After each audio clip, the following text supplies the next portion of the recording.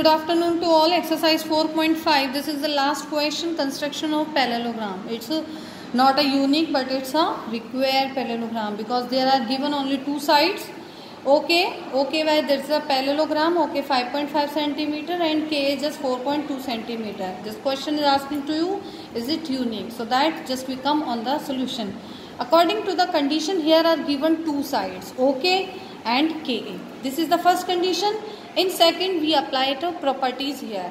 According to properties, opposite sides are equal. So OK and AY. OK and AY. That's the parallel side. So these are 5.5 centimeters. And KA and OY. These are 4.2 centimeters.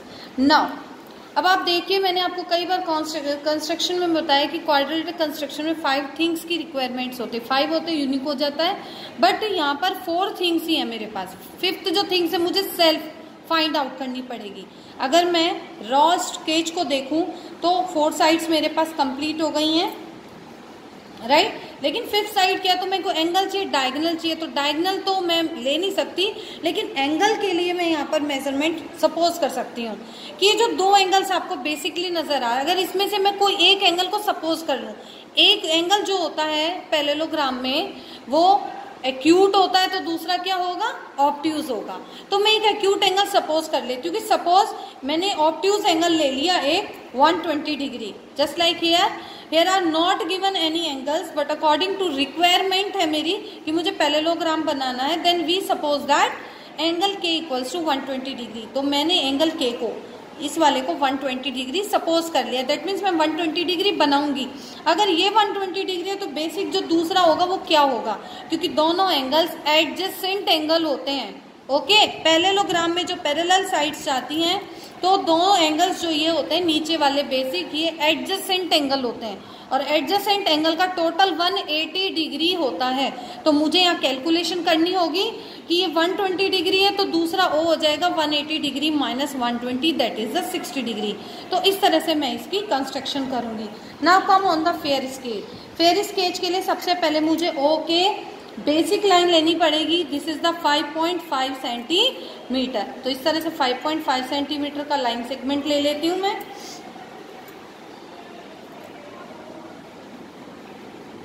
अब मुझे के पर मैंने जैसा बताया था कि मैंने कंस्ट्रक्शन जो की थी, मैंने सपोजिंग की थी कैलकुलेशन, तो के मेरे पास 120 डिग्री आएगा. तो मैं 120 डिग्री की इस पर कैलकुलेशन कर लेती हूँ इस तरह से.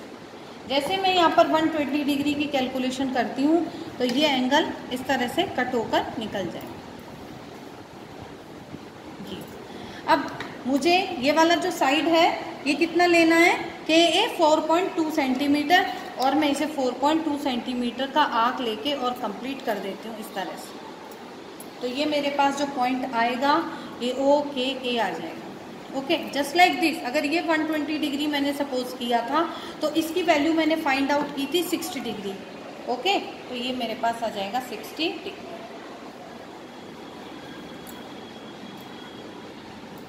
अभी 60 डिग्री है तो ये मुझे ऐसे लेना है.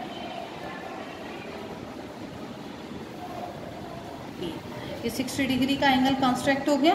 और ये सेम मेरे पास ये वाला साइड भी पैरेलल इसके है, इसलिए 4.2 सेंटीमीटर मुझे लेना है. तो यहाँ से भी 4.2 की कट लूँगी और मेरे पास एंगल आ जाएगा ओ के ए वाई, और इन दोनों को मैं ज्वाइन कर दूँगी. तो ये हो जाएगा O K A Y 4.2 centimetre, 4.2 centimetre, 60 degree and 5.5 centimetre. ज़रूरी नहीं आप 120 डिग्री 60 डिग्री सपोज करो. अगर आप यहाँ 70 डिग्री सपोज करते हैं तो इसकी वैल्यू, अगर आप यहाँ 70 लेते हैं तो इसकी वैल्यू हो जाएगी 110 डिग्री, क्योंकि दोनों एंगल्स एडजेसेंट एंगल होते हैं.